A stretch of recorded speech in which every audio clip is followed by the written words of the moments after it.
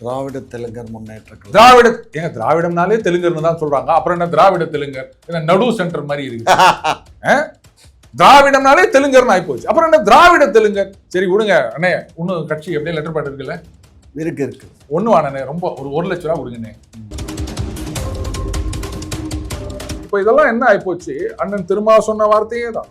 இந்த விசிகா தொண்டர்கள்லாம் வந்து தாவேகா பக்கம் போறாங்கன்னா அவர்கள்லாம் கொள்கை பிடிப்பற்ற பதர்கள்னு சொன்னாரு. காரணம் என்னன்னா அவருக்கே புரிஞ்சு போச்சு, எவ்வளவு நாள் முட்டு கொடுத்துட்டு இருக்கிறது, குரல் கொடுக்க வேண்டிய இடத்துல நம்ம குரல் கொடுக்க மாட்டேங்கிறோம், கேட்டா கூட்டணி தர்மம், பாசாகா வந்துடும், பாசிசம் வந்துடும், இப்படியே சொல்லி நிற்கிறோம். விஜய் வந்து நாம் தமிழர் வாக்க தான் எடுக்க போறாருன்னு சொல்லிட்டு இருக்காங்க. முதல்ல நாம் தமிழர், அடுத்தது விசி. நாம் தமிழர்ல இருந்து கொஞ்சோண்டு வரும், விசிகால இருந்து பெரிய அளவுல வரும். விசிகாக்கு என்ன பர்சன்டேஜ் இருக்குன்னா வந்து விளக்கண்ண மாதிரி கேட்டா நான் பதில் சொல்ல மாட்டேன். அவர் ஆண்டு இருக்கும் போது தமிழ்நாட்டை தமிழன் ஆள வேண்டும் தானே கோஷம் போட்டு இருந்தாரு. அப்ப எடப்பாடியை பார்த்தா அவங்களுக்கு சரியா ஆட்சி பண்ணல, திமுக போலவே தமிழ்நாட்டை தமிழன் ஆள வேண்டும் நீங்க பேசக்கூடாது. சரி, தமிழ்நாட்டை தமிழன் ஆள வேண்டும் சொல்றவங்க இந்தியாவை இந்தியர் தான் ஆள வேண்டும் ஏன் சொல்லல? ஏன் ஒரு காலத்துல சோனியா காந்தி அம்மையாருக்கு வந்து ஆதரவு கொடுத்தாங்க? அதுக்கு என்ன சொல்லாரு அவரு?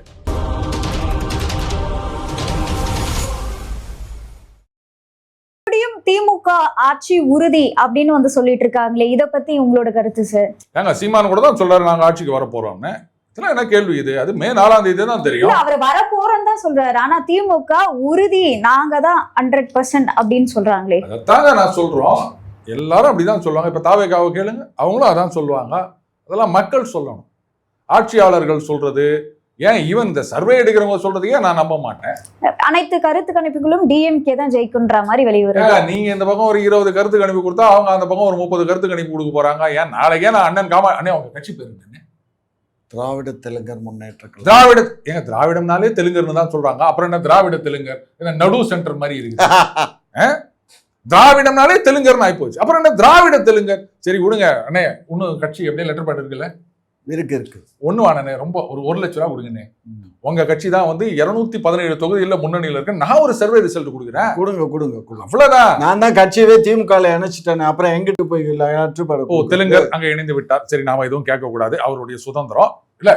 நேஷனல் சேனல்லயே வந்து திமுக தான் ஜெயிக்குன்ற மாதிரி எல்லாம் போட்டுட்டு இருக்காங்க. இந்த நேஷனல் சேனல் இந்த மாதிரி எத்தனை நேஷனல் சேனல் நம்ம பாத்துக்கிறோம். நீங்க என்ன பண்ணுங்க, ஒரு சேனல்ல சர்வே ரிசல்ட் சொல்றாங்க அப்படின்னு சொன்னா அது எந்த கம்பெனி சர்வே எடுக்கிறாங்க, இதுக்கு முன்னாடி தேர்தல் எல்லாம் அவங்க என்னென்னலாம் ரிசல்ட் கொடுத்துருந்தாங்க, அதெல்லாம் எப்படி ஊத்திக்கிச்சு அப்படின்றத நீங்க பார்க்கணும்.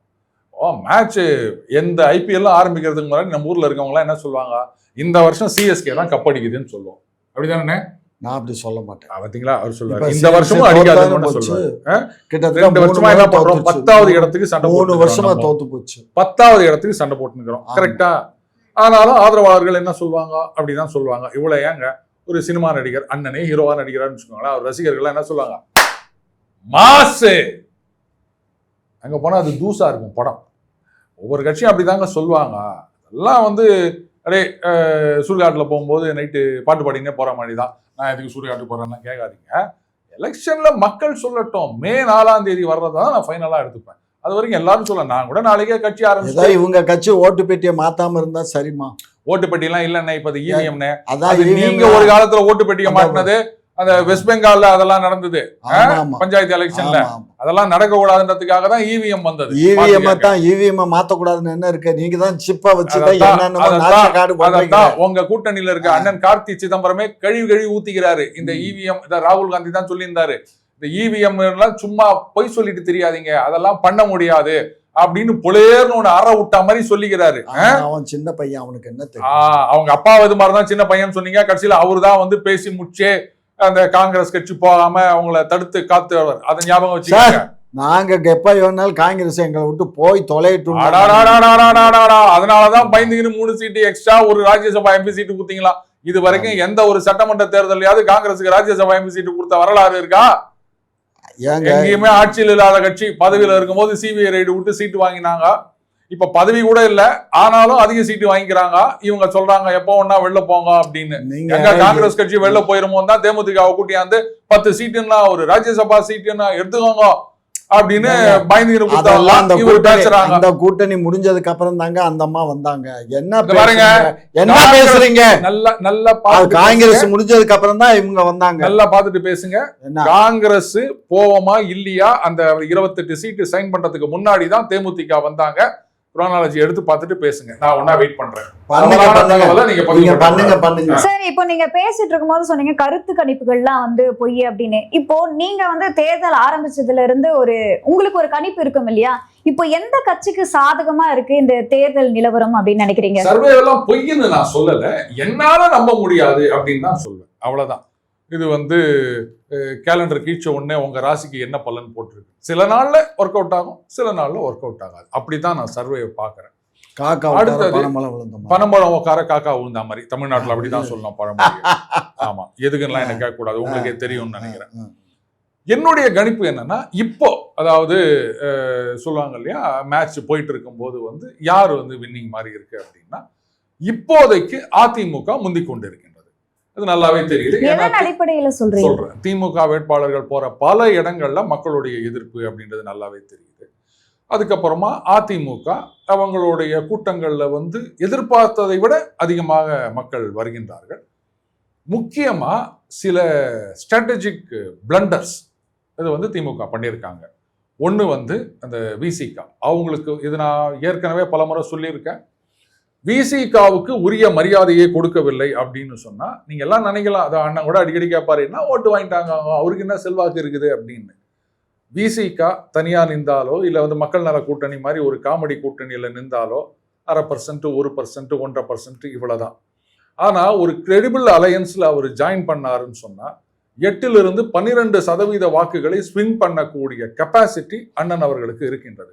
ஆனா அந்த செல்வாக்கை அவர் சரியா பயன்படுத்தி கொள்ள மாட்டேங்கிறார். அதுதான் அவர் பண்ற தப்பு. அதனுடைய விளைவு தான் இன்னைக்கு வந்து எங்க இவரு எம்எல்ஏ எலெக்ஷன்ல போட்டி போட்டா ஐயோ இவரு டெப்டி சிஎம்க்கு வந்துருவாருன்னு ஒரு இம்ப்ரெஷன் வந்துருமோ அப்படின்றதுக்கு அவரே சொன்ன வார்த்தை. நான் ஒன்னும் பெருசா சொல்லல. அந்த மாதிரி எல்லாம் குழப்பங்கள் வந்துடும். ஏன் அவரு டெப்டி சிஎம் ஆனா என்ன கூட்டணி ஊத்திக்குமா? திரும்ப அவர்களுக்கு பதவி கொடுக்கணும்னு சொன்னா யாரும் திமுக ஓட்டு போட மாட்டாங்களா? அந்த லட்சணத்துலதான் சமூக நீதி இருக்குதா இவங்க வளர்த்து வந்தது. சோ இப்படி பண்ண தப்பு. அடுத்தது எங்க மீட்டிங்ல வந்து பிரேமலதா விஜயகாந்த் அவர்கள் அது தெரிஞ்சு செஞ்சாங்களா தெரியாம செஞ்சாங்களா தெரியாது, அந்த அவமரியாதை. இப்ப இதெல்லாம் என்ன ஆயிப்போச்சு, அண்ணன் திரும்ப சொன்ன வார்த்தையே தான். இந்த விசிகா தொண்டர்கள்லாம் வந்து தாவேகா பக்கம் போறாங்கன்னா அவர்கள்லாம் கொள்கை பிடிப்பற்ற பதர்கள்னு சொன்னாரு. காரணம் என்னன்னா அவருக்கே புரிஞ்சு போச்சு, எவ்வளவு நாள் முட்டு கொடுத்துட்டு இருக்கிறது, குரல் கொடுக்க வேண்டிய இடத்துல நம்ம குரல் கொடுக்க மாட்டேங்கிறோம், கேட்டா கூட்டணி தர்மம் பாசாகா வந்துடும், பாசிசம் வந்துடும், இப்படியே சொல்லி நிற்கிறோம்.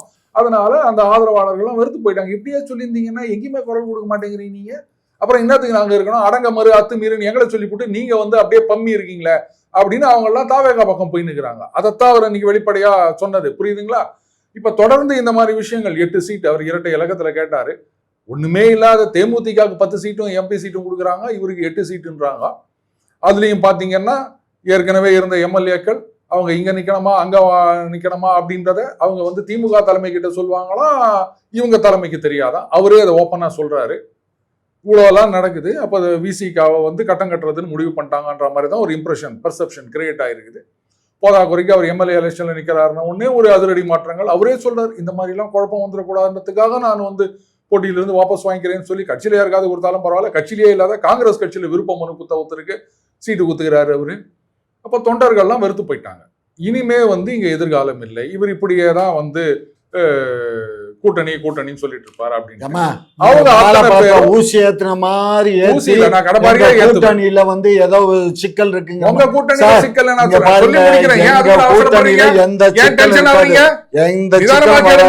இங்க பாருங்க. அப்ப என்ன ஆகுது, அந்த தொண்டர்கள்லாம் தாவேகா பக்கம் போறாங்க.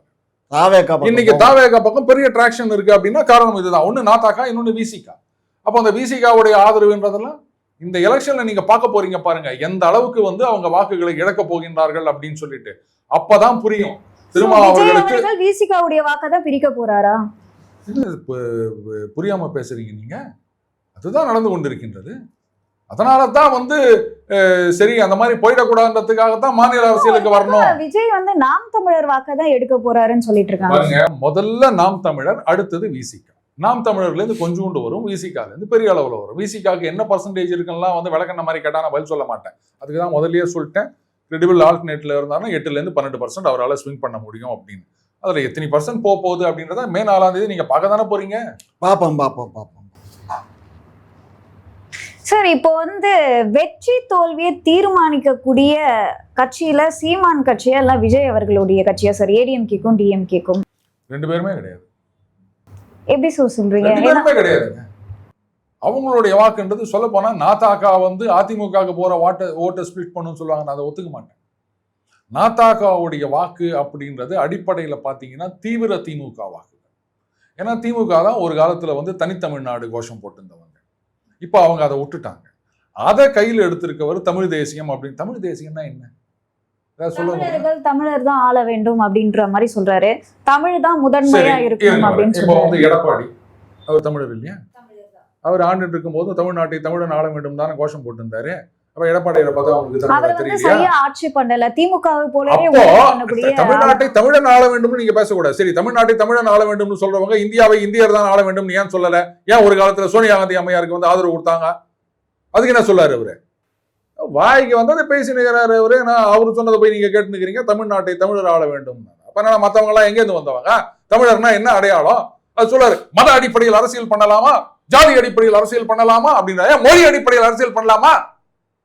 இப்போ ஒருத்தனை கீரி பார்த்தா ரத்தம் ஒரே நேரம் தான், ஜாதி மதம் தெரியாதுன்னு மொழி மட்டும் தெரியுமா? இந்த அண்ணனை கீரி பார்த்தா இது தெலுங்கு ரத்தம் சொல்லுமா? என்ன கீரி பார்த்தா தமிழ் ரத்தம் சொல்லுமா? என்ன சொல்ல போகுது?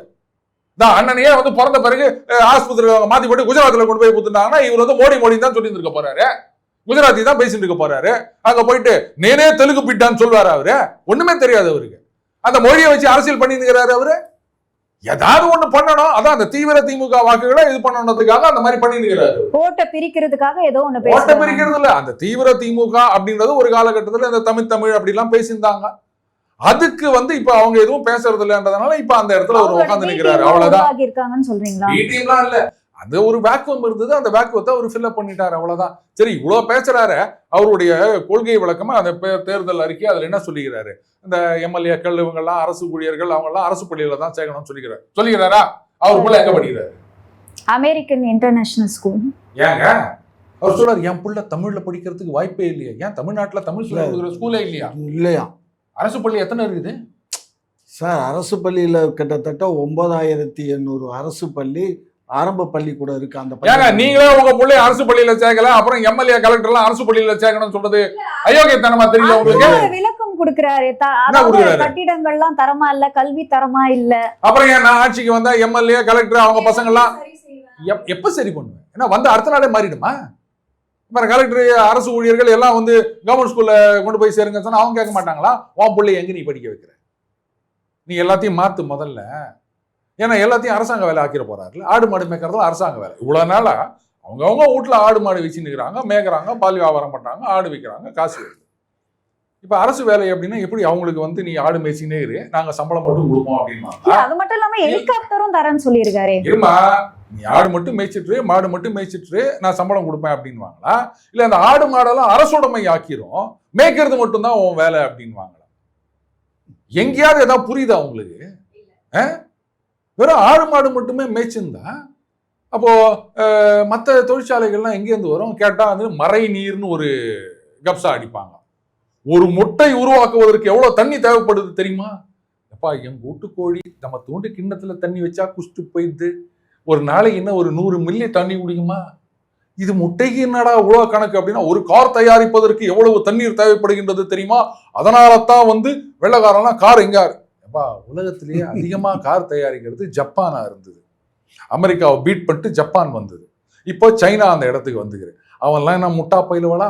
சரி, அப்ப கார் தொழிற்சாலையெல்லாம் இழுத்து மூடிடுவோம். அப்ப கார் என்ன பண்ணணும்? வெளிநாட்டுல இருந்தா இறக்குமதி பண்ணணும். ஏன்னா அண்ணனே வந்து பந்தாவா ஒரு கார் வச்சுக்கிறாரு. மாட்டு வண்டி யூஸ் பண்ணிக்கலாம்னு சொல்லிடுவாரு. முதல்ல நீங்க மாட்டு வண்டியில போங்க, அப்புறம் அடுத்தவனை போக சொல்லலாம். டிராபிக்லாம் கண்ட்ரோல் பண்ணலாம், பொல்யூஷன் கண்ட்ரோல் பண்ணலாம். என்ன ஒண்ணா கண்ட்ரோல் பண்ணுமா?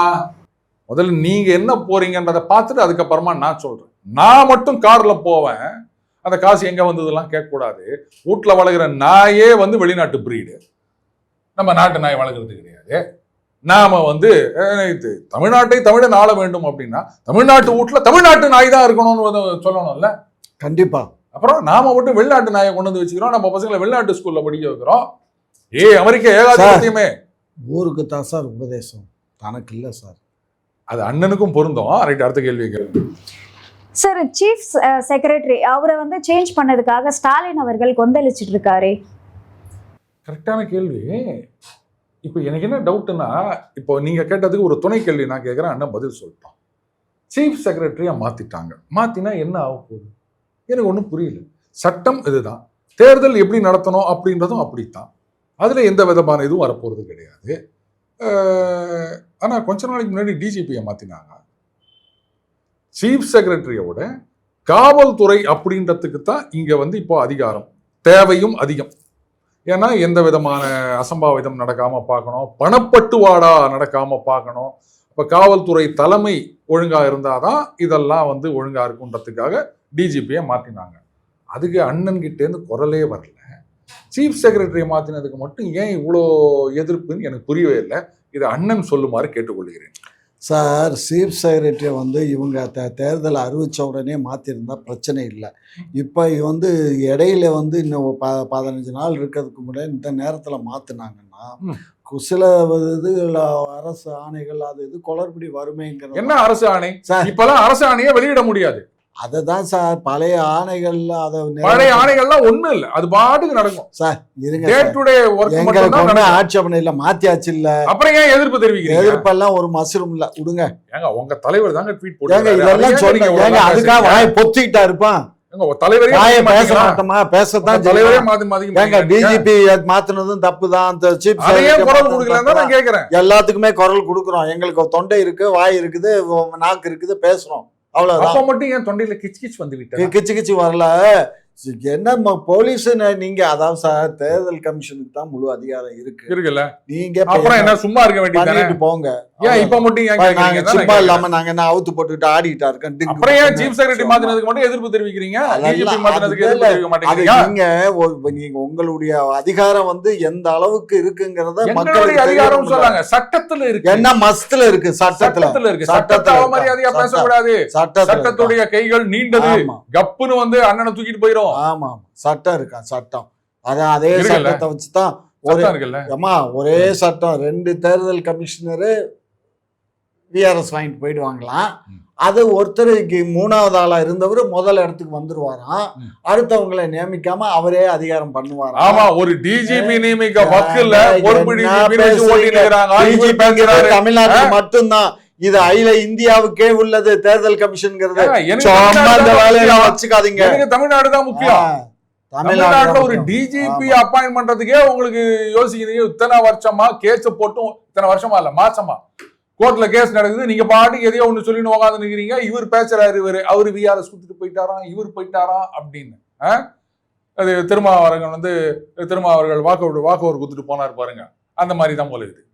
குக்கு செய்தி நேயர்களுக்கு மிக்க நன்றி. 71,000 சப்ஸ்கிரைபர் தாண்டி போயிட்டு இருக்கும். இதே போல தொடர்ந்து உங்களுடைய ஆதரவை அளிக்கவும். லைக் பண்ணுங்க, ஷேர் பண்ணுங்க, சப்ஸ்கிரைப் பண்ணுங்க, மறக்காம பெல் ஐக்கானையும் கிளிக் பண்ணிருங்க.